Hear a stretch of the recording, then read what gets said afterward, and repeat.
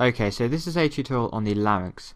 So the larynx is this set of structures here, and you've got cartilages, muscles, and ligaments which make up the larynx.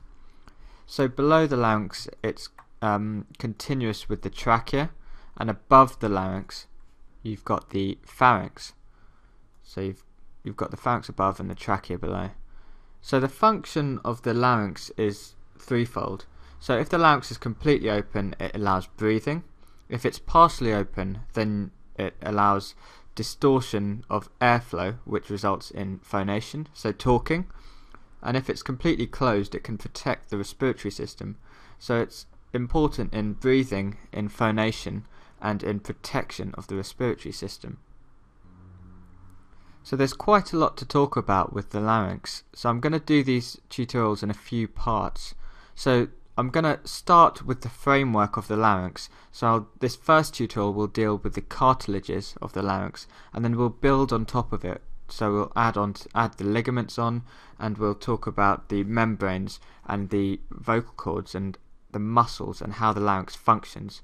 So the best thing to do is start off with the framework, the cartilaginous framework.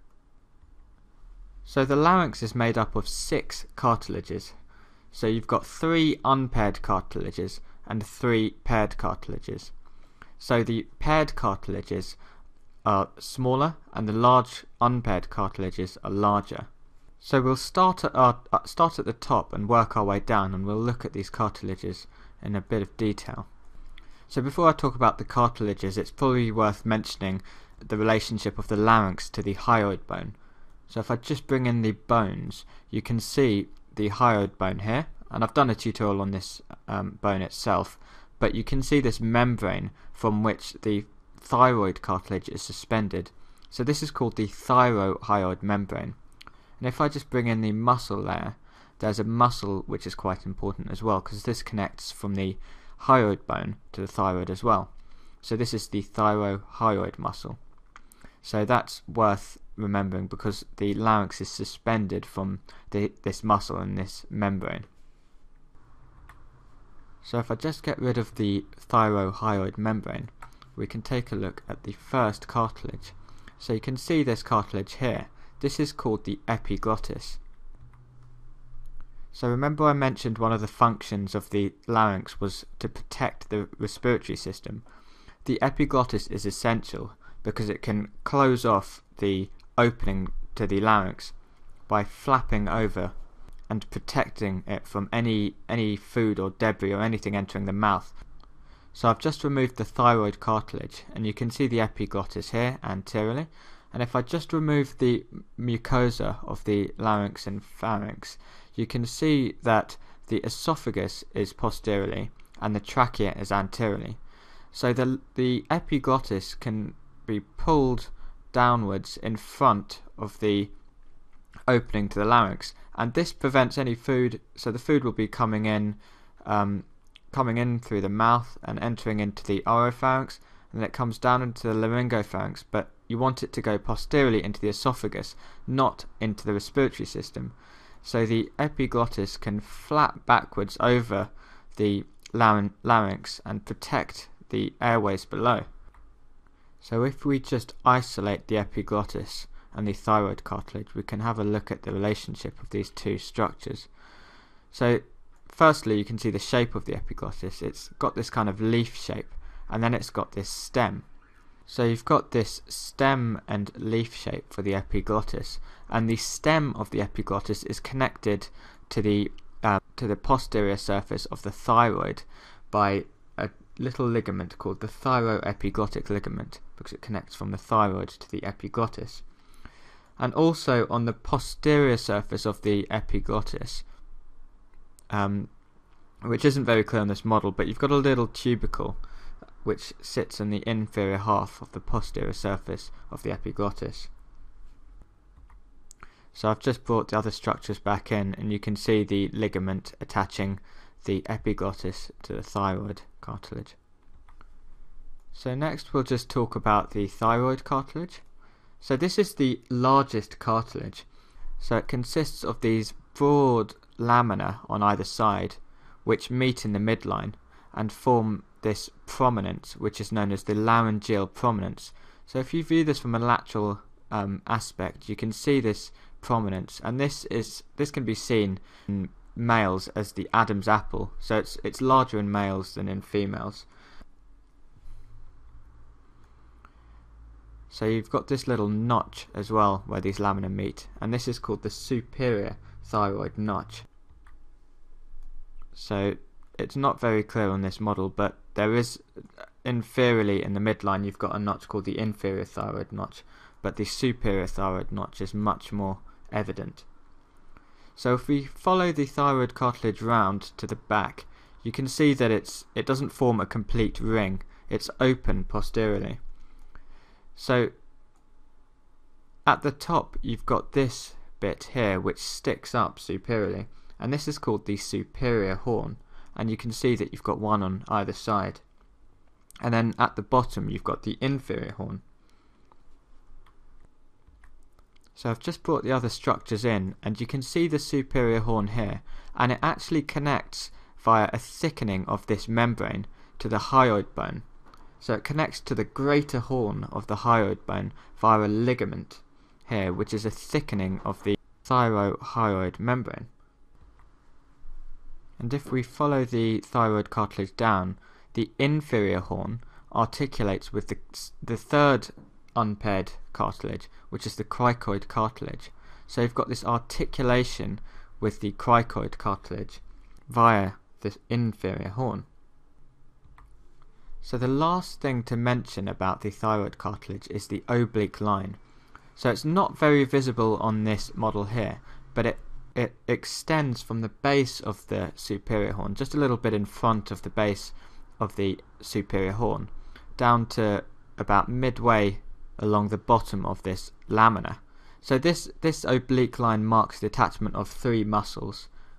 So if I just bring in the muscle layer, you can see some muscles that have appeared here. So the three muscles are thyrohyoid muscle, so you've got the muscle connecting the hyoid bone to the thyroid cartilage, and then you've got a muscle connecting the thyroid cartilage to the sternum. So this is called the sternothyroid muscle. And then you've got a muscle which isn't shown on this model, which sits posteriorly, and this is the inferior constrictor muscle. So you've got three muscles which attach along this oblique line. So you can see that the line roughly runs from the base of the superior horn to the middle of the bottom part of this lamina of the thyroid cartilage. So right at the bottom we've got this cartilage called the cricoid cartilage. So you'll notice that this cartilage forms a complete ring, and so we're looking at it anteriorly here, and you can see there's this narrow arch, and at the back there's this broad lamina.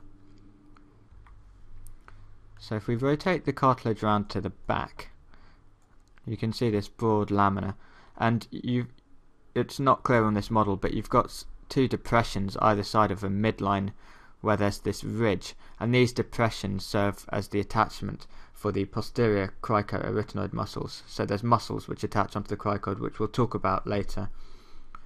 But remember that we saw the inferior horn of the thyroid cartilage articulating with the cricoid cartilage. So I've just brought these structures back in. So you've got a facet on the cricoid cartilage laterally, which articulates with the inferior horn of the thyroid cartilage. And this is a synovial joint. So it has a joint capsule and ligaments. So if we rotate the model around posteriorly, we can see that there's two other cartilages which sit on top of the cricoid. So these two cartilages sitting superiorly on the cricoid are called the arytenoid cartilages. So we've talked about the three unpaired cartilages. You've got the epiglottis, the thyroid, and the cricoid cartilage. And now we've got the paired cartilages. So you've got the arytenoid cartilages sitting on top of the cricoid. And on top of the arytenoid cartilages, you can see these horn-shaped cartilages. So these are called the corniculate cartilage. So they get the name from the Latin cornu, which means horn, and you can see they're like these horn shapes. So let's take a look at the arytenoid cartilage. So they've got this triangular shape, they've got a base which articulates with the cricoid cartilage, and the apex articulates with the horn-shaped corniculate cartilage.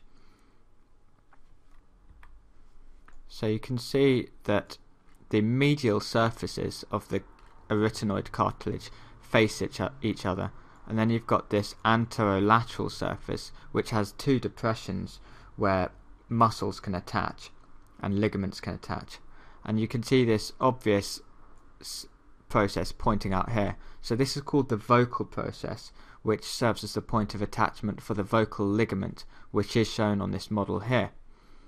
And then you've got this process sticking out posteriorly. So this kind of sticks out posteriorly and laterally. So I'll just rotate it around to the back, and you can see this process, which is called the muscular process.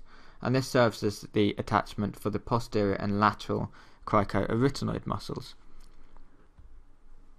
So the arytenoid cartilages are quite interesting, but we'll come on and talk about the intricacies and muscle attachments of the arytenoid cartilages in another tutorial. But for this part, just learn about the vocal process, the muscular process, the base which articulates with the cricoid cartilage, the apex which articulates with the corniculate cartilage, and it's got this anterolateral surface which has two depressions where muscles attach and ligaments attach. So you've got the vocalis muscle and vestibular ligament which attach on this anterolateral surface here. So the final pair of cartilages which I haven't mentioned yet is the cuneiform cartilages, and they're not shown on this model because they're actually suspended in the quadrangular membrane. So then they can't be visualized in this model, but they sit a little bit anteriorly to the corniculate cartilages, but they're suspended in a membrane, and I'll show you them in the next tutorial.